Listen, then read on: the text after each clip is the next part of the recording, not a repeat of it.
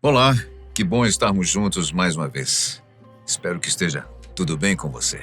Os últimos dias têm sido agitados na região da guerra entre Rússia e Ucrânia. A Ucrânia lançou um ataque massivo contra diversas cidades russas e Vladimir Putin afirmou ter conseguido dominar cidades da região de Donetsk e Kharkiv. O mais impressionante, porém, é o destino de vários soldados norte-coreanos que estão no conflito. Vários deles nem sabem por que estão lutando e, mesmo assim, preferem sofrer fogo amigo do que serem capturados. Vamos falar mais sobre isso.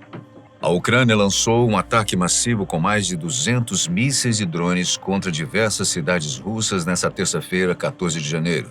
Esse foi o maior ataque a alvos militares no território russo desde o início da guerra, segundo o governo ucraniano. O ataque atingiu alvos em Engels, Saratov, Kazan, Bryansk e Tula. As informações foram dadas por Andriy Kovalenko, chefe do Centro Oficial da Ucrânia contra a Desinformação. Os alvos eram fábricas de produção de armas, refinarias de petróleo e armazéns. Instalações de 200 a 1.100 quilômetros dentro do território russo foram atingidas. Um canal russo do Telegram informou que, em contrapartida, a Rússia derrubou mais de 200 drones ucranianos.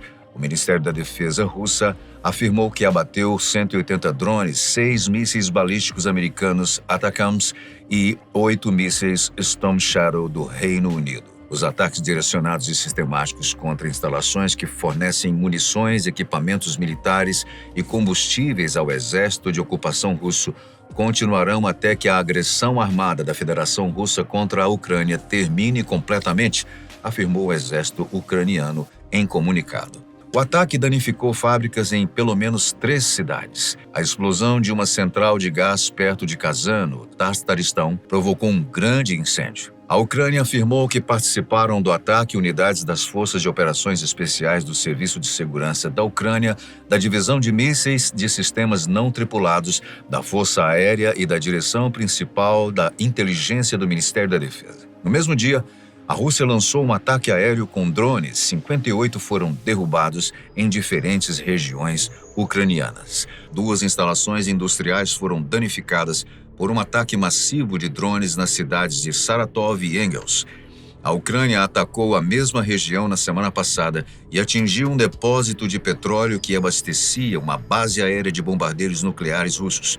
Isso provocou um incêndio que demorou 5 dias para ser controlado. No domingo, as tropas da Rússia tomaram as cidades ucranianas de Kalinov, na região de Kharkiv, e Yantar, em Donetsk. Segundo o Ministério de Defesa russo, nesse setor da frente de batalha, o exército da Rússia infligiu cerca de 410 baixas a 3 brigadas motorizadas e uma defesa territorial das Forças Armadas da Ucrânia. Isso teria acontecido nas proximidades de 4 cidades na região de Kharkiv e 2 em Donetsk. Em meio a esse conflito, milhares de soldados norte-coreanos estão lutando. Porém, vários deles chegam a um triste fim e geralmente nem sabem exatamente por que estão lutando. Já explico. Os soldados norte-coreanos foram instruídos a tirar as próprias vidas para evitar a captura, de acordo com uma avaliação do Serviço Nacional de Inteligência da Coreia do Sul. O serviço informou aos parlamentares sul-coreanos que mais de 300 soldados do país vizinho morreram junto com mais de 2.700 feridos enquanto apoiavam os esforços de guerra na Rússia. Um legislador posteriormente forneceu um resumo do briefing aos repórteres. Entre os soldados mortos foram descobertas notas indicando que o regime pressionou as tropas a se matarem, em vez de serem feitas prisioneiras. Recentemente, foi confirmado que um soldado norte-coreano que estava em perigo de ser capturado pelo exército ucraniano gritou pelo general Kim Jong-un e puxou de uma granada para tentar explodir-se, mas mataram-no, referiu Lee Seong-kweon, deputado da Comissão de Serviços de Informação da Coreia do Sul. Algumas notas continham de se juntar ao Partido dos Trabalhadores na Coreia do Norte ou ser perdoado. Um diário de um soldado norte-coreano foi divulgado em primeira mão pelo jornal norte-americano The Wall Street Journal. Em uma das passagens ele diz: "Mesmo ao custo da minha vida, eu vou cumprir as ordens do comandante sem hesitação." Numa das páginas, o soldado relata como um dos seus companheiros foi utilizado como isca para que um drone ucraniano fosse abatido pelos colegas. Eu vou mostrar ao mundo a bravura e o sacrifício das forças especiais de Kim Jong-un, reflete o soldado em seu relato. O apoio militar do regime de Kim Jong-un aos russos se deu sem alarde e sem um único anúncio oficial em outubro do ano passado. Porém, informações da inteligência ucraniana e as próprias capturas de soldados norte-coreanos por parte da Ucrânia em Kursk comprovam que Kim Jong-un tem enviado auxílio ao Kremlin. Durante vários meses, os 12 mil soldados norte-coreanos ficaram longe da linha de frente na Rússia. As suas principais ocupações eram cavar trincheiras e oferecer apoio logístico. Com o agravamento da situação em Kursk, os combatentes partiram para o front, onde estão morrendo em grande escala. Os relatos de Kim, um norte-coreano que fugiu do país em 2022, corroboram as informações. Ele afirma que tornar-se prisioneiro de guerra significa traição. Ser capturado significa que você é um traidor. Deixe uma última bala para si. É disso que estamos falando no Exército. Kim informou à agência Reuters que a autodestruição é uma realidade na Coreia do Norte. O desertor, que pediu para ser chamado pelo apelido, lamenta que seus compatriotas estejam lutando uma guerra que não é deles. Esses soldados deixaram suas casas e sofreram uma lavagem cerebral. Estão verdadeiramente preparados para se sacrificarem por Kim Jong-un, acrescenta. No campo de batalha, os soldados imaginam que estão lutando pelo líder norte-coreano e não pela Rússia. De acordo com o NIS, muitos não sabem que estão realmente numa guerra. A principal teoria é que os soldados foram ali informados e imaginam estar em treinamento. O objetivo seria compreender como é o verdadeiro cenário caso fossem invadir um outro país. Dos milhares que chegaram a Kursk, a Coreia do Sul afirmou que cerca de 3 mil estão incapacitados, enquanto 300 já foram abatidos. Esses números surgem após muitas negações e omissões, tanto da Rússia quanto Coreia do Norte, sobre a presença dos soldados. No entanto, nessa semana, provas incontestáveis surgiram. Um vídeo divulgado pela presidência da Ucrânia mostrou 2 soldados capturados pela Ucrânia. Estes ou não conseguiram ou quiseram executar as ordens de martírio vindas de Pyongyang.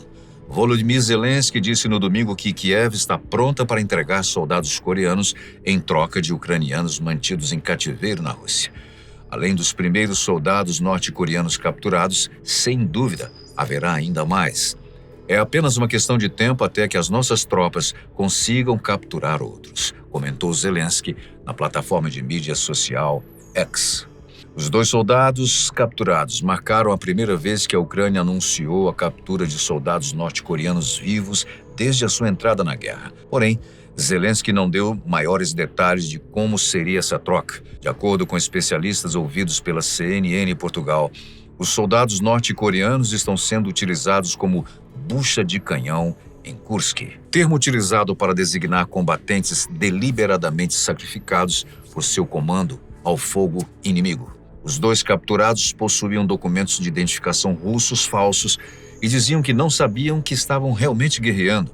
Um tradutor dos serviços de informação ucranianos e sul-coreanos que estão interrogando os reféns disse o seguinte: disseram-lhe apenas que era um treino.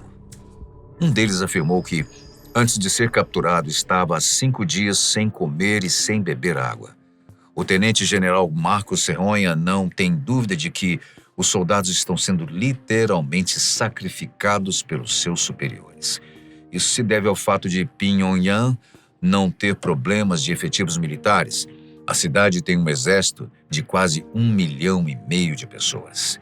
Mesmo com as filmagens e informações de captura, alguns duvidam do discurso ucraniano. Tiago André Lopes, especialista em relações internacionais, acredita que a situação faça parte de uma campanha de propaganda por parte das autoridades ucranianas, já que estão com pouco apoio dos Estados Unidos e da Europa no momento.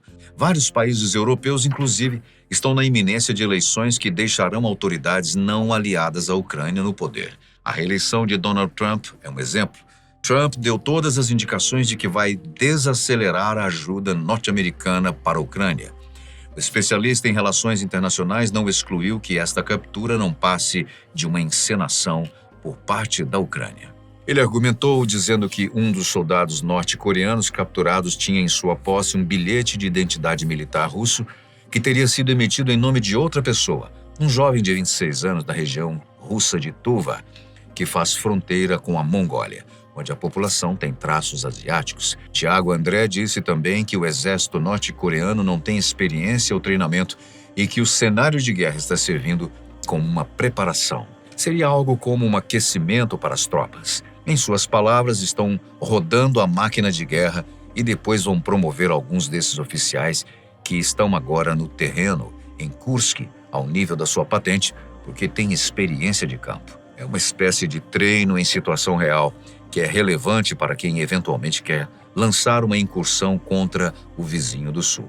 O tenente-general Marcos Serronha acredita que há realmente o interesse de Pyongyang por trás dessa mobilização. O conflito expõe não só os militares, mas também as lideranças ao contexto de guerra moderna e aos novos equipamentos. Atualmente, os soldados norte-coreanos estão muito suscetíveis a ataques de drones porque não possuem contato com isso.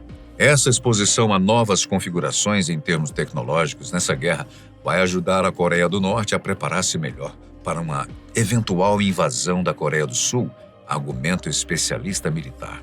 Diante dessa situação conflituosa e de tantas baixas, qual é a sua opinião?